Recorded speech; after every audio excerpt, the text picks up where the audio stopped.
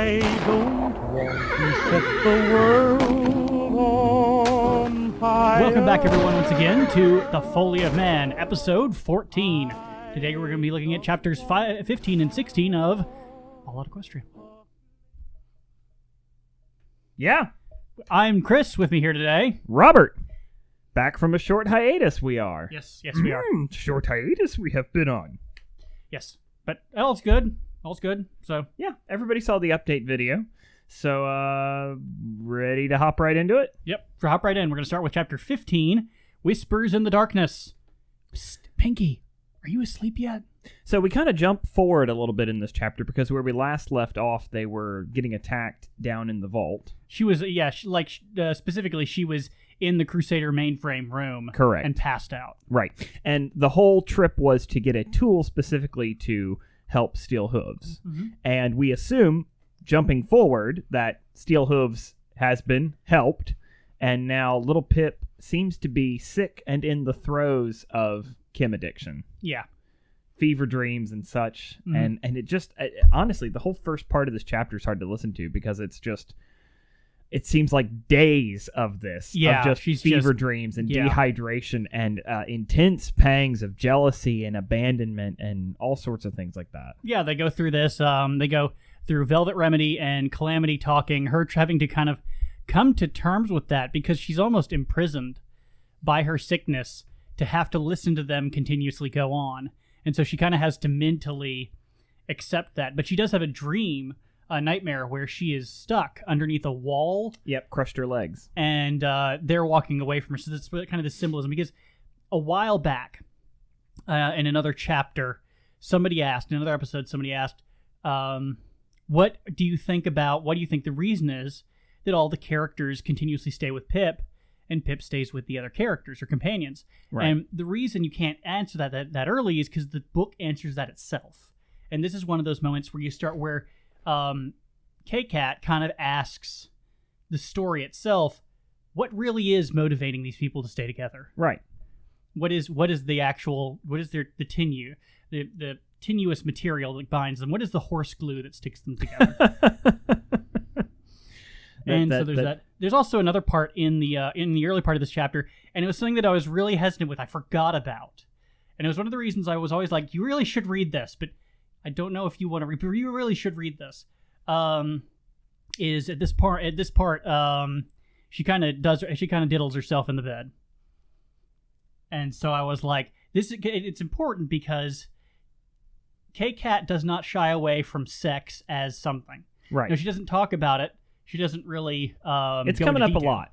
It's coming up a lot as of late. Yeah. Talking about being horny in chapter 16, getting a massage, thinking about how much that was turning her on. I mean, it's a natural element of life. Yeah, I think it's well portrayed in that regard. I think it's something that's neither alien nor hyper focused on. I will say though, in the Fallout games, it's not something that comes up a ton. You hear it referenced, but very rarely do you hear people be so explicit. Even in Fallout 1 and 2, there was a very specific.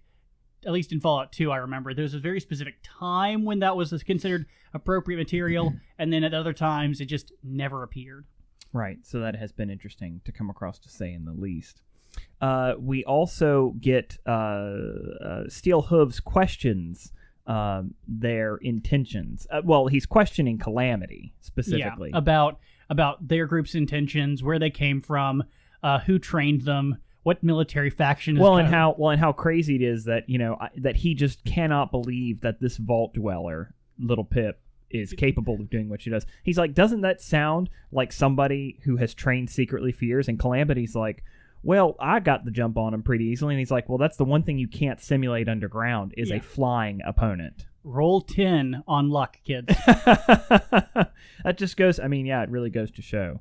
But it's revealed that little Pip is listening by the observation about her snoring. Yeah. And it's a great line because it's one where it almost gets you as the reader because you're like, oh shit. Now they know. But there's a great conversation later in the chapter too about that conversation, and Calamity basically says to little Pip reassuringly, he doesn't know you. I've seen the sacrifices you've made personally to help the ponies of the wasteland. He says, I know that your heart's in the right place. You're in it for good. Mm-hmm. So yeah, that's one of those things. And my inclination is I've always loved the Brotherhood of Steel.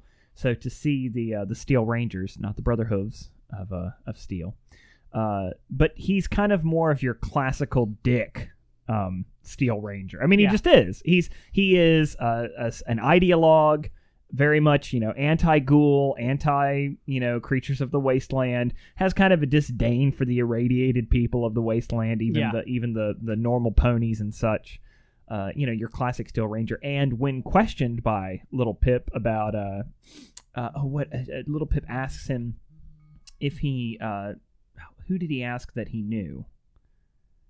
Little Pip asked him, "Did you seem like you knew this person?" And he's like, "That's right. That was over 200 years ago. How's that possible?" Yeah. But we kind of know better. Yeah. It's one of those things where it's like poke on the nose. Not so clever. We also keep running into Watcher 2 or 3 times in these chapters, but it's for shorter and shorter times, and all it is revealing is that Watcher knew everyone. Watcher knew Applejack. Watcher knew Twilight Sparkle and Rainbow Dash Rainbow Dash. And we learn a little bit more about the Ministry of Awesome, in that that they really didn't accomplish anything. Yeah, there was a few projects thrown their way. The Single Pony project, and I think they failed on it. Yeah. I mean, because what happened in the story, I don't think it's important at this point. But what happened in the story is Rainbow Dash focused way more of her efforts on actually leading troops into battle. And so, unlike the other ponies, she didn't stay behind and guide her own ministry. And so without any guidance or, purpose, they just kind of fell apart. We also get introduced to our first sentry bot. Oh, yeah, but that's after we go into the 4 stars. Oh, yeah. Yeah, the 4 stars transport? Transport, yeah, 4 stars transport.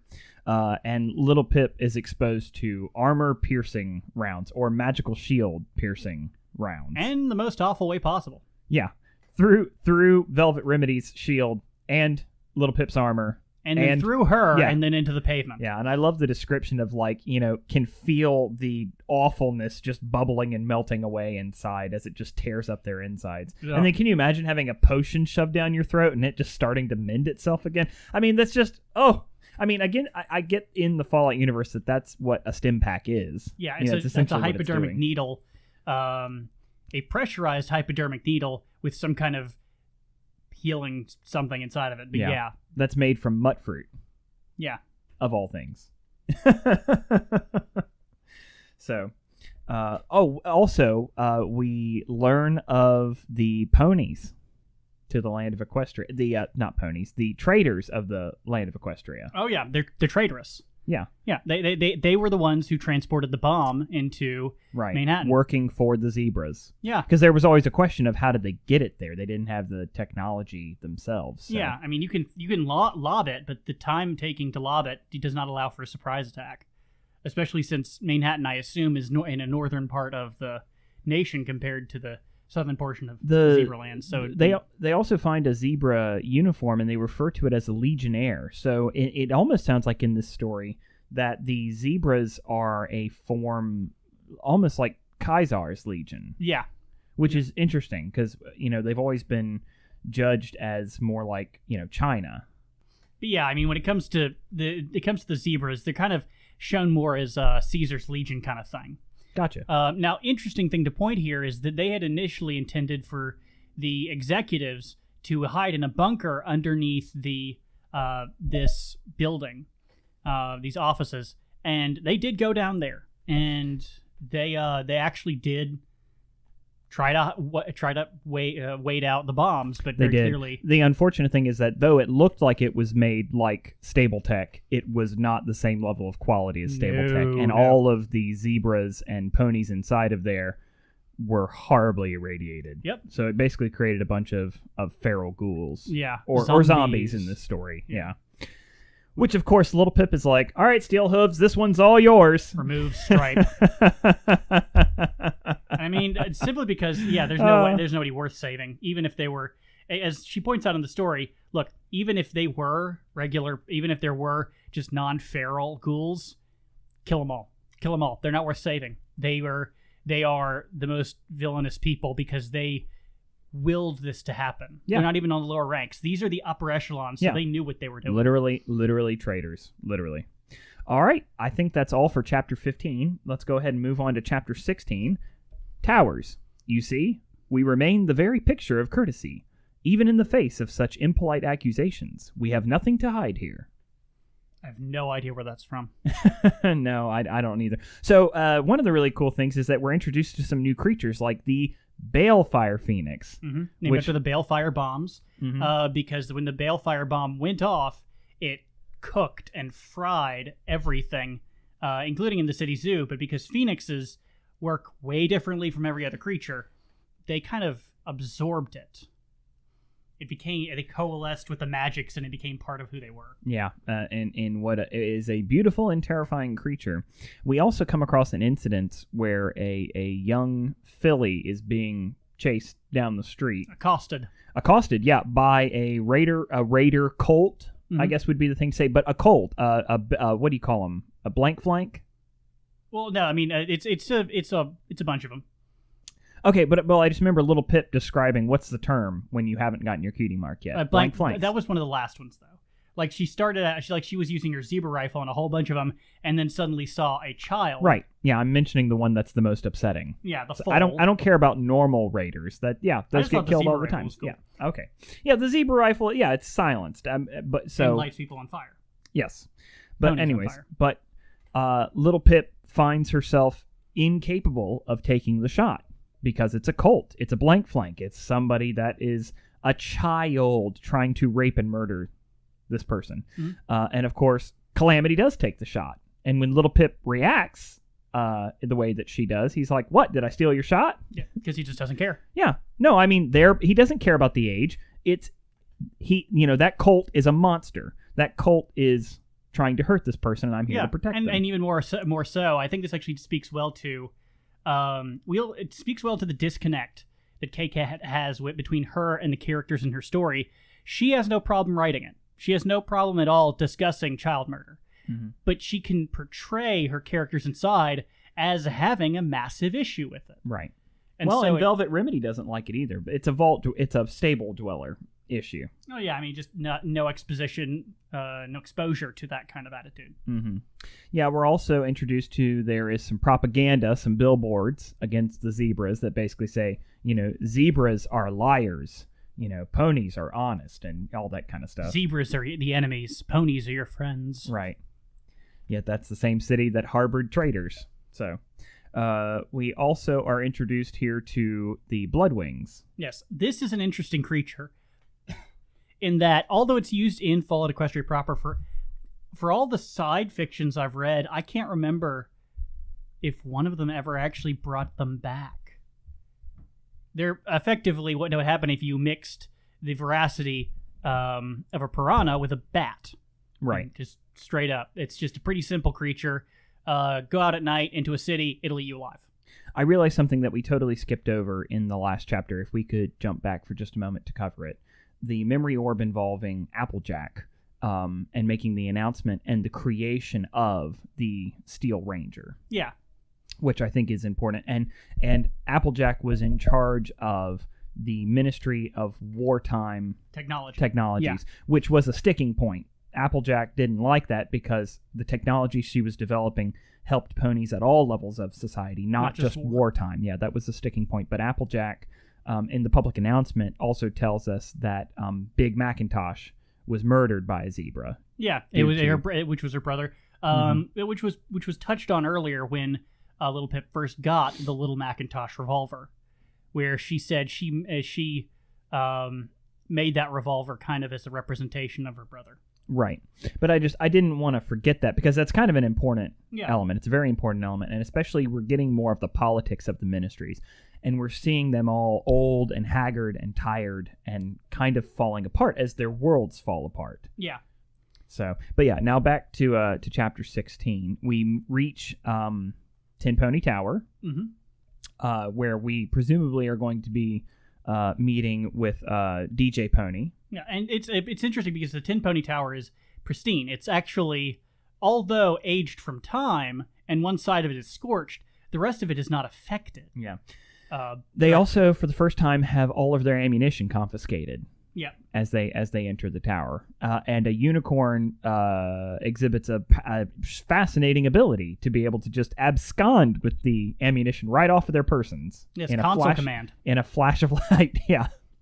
Wham! Just gone. And they're told that if they really want protection, they can purchase some rubber bullets while that they're inside. Once inside, we also meet Monterey Jack.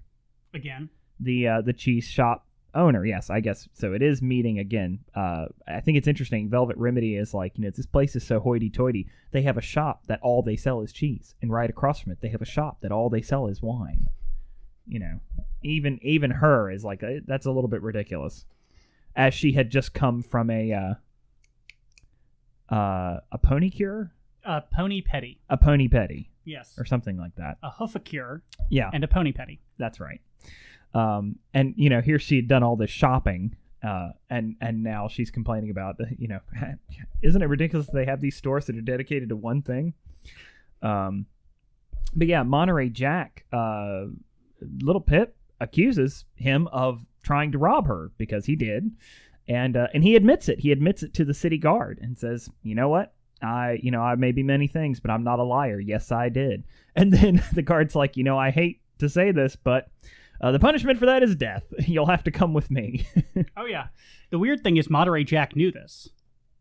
He knew the punishment was death. And he leaves these kids behind. And I can't help but feel like it's intentional. He's literally trying to get at Little Pip because he doesn't like her. Yeah. But we already know what his character is. So he's an asshole. Yeah, he is an asshole. With a funny name, no less. And then the big reveal at the end of this chapter, because not a ton happens in 16, it's just world building. The big reveal at the end of it is that Homage, this scrawny little gray pony about the same size as Little Pip, is actually DJ Pony. This female pony alters her voice and has this gruff, booming, the DJ voice. Yeah, yeah. Which is just hilarious. Yeah. And I guess the chapter ends on, we're looking out on the horizon, the blue ocean is visible, there's kind of a fog out over it as you look over Manehattan.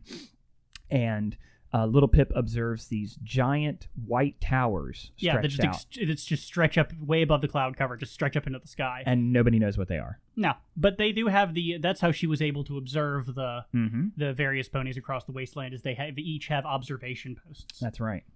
So, insane infrastructure. Yeah, that's actually something that's actually really interesting about the story, is that the infrastructure in Equestria grew up from fucking nothing in a generation. Yeah, that's just astounding. All right, I think that's enough for the wrap-up for me. Let's move on into the pony pun of the week.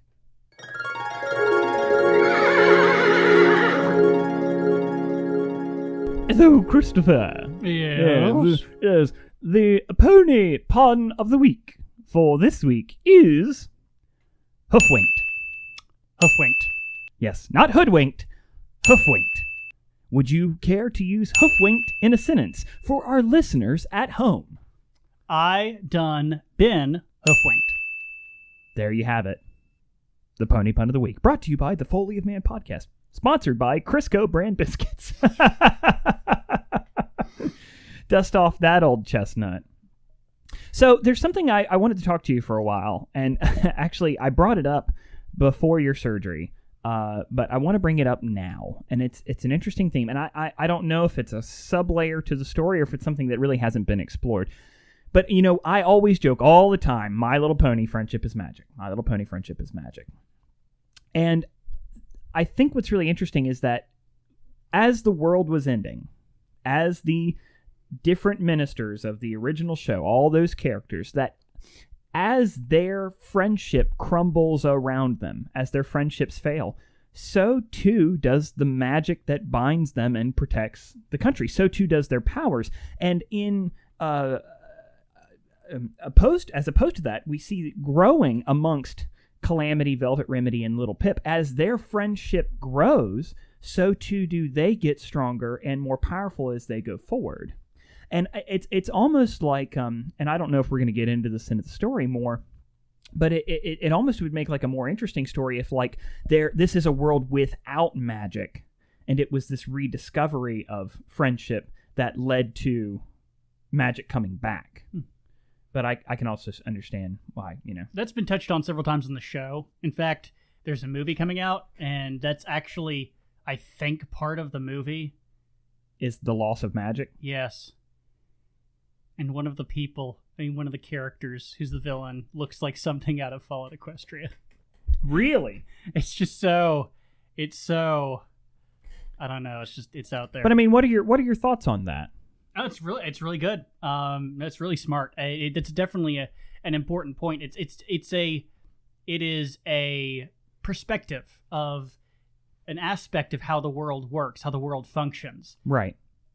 Where you're saying that friendship literally is equal to the power of magic. Right. In this universe. And and like I said, it is the failure. We see all these people who were supposed to be so close as we get more memory orbs that their relationships and their lives are falling apart. Yeah. I mean, they're just falling apart around them. We're just starting to see the fraying edges, now that we're in Manehattan, of Twilight Sparkle in some memories. We're seeing more and more of that. And I know just from what you've told me, Twilight Sparkle's kind of like the ringleader on the show. She's kind of the head honcho. So it's going to be interesting to see moving forward. Of course, I know you've read the story, but that's kind of how I'm looking at it myself. So be interested to hear what you would all have to say in the comments, and please share any ideas that you have, or if this is something that you've thought about before. But it's something I think is an important theme, because as we've mentioned before, the relationships between the three of them are really important. And, especially as we see sort of a romance blossoming between Calamity and Velvet Remedy, that can only cause problems moving forward. It'll be interesting. It'll definitely be interesting. To say in the least. All right, are you ready for some listener questions? Yep. All right, let me hit you with it. Oscar Holt says, who's been your favorite character in the series so far? I'm going to have to phone this one in and say Little Pip. Little Pip? Yep. Man. I'm just going to... Because you know what? You know why? Oh my God, cute. What a flank kisser. Ugh. I mean, I think that would be appropriate, but... Better than a flank licker. I'm going to go out on a limb and say I really like Gaudina. I like God just because she's ridiculous. Oh, yeah.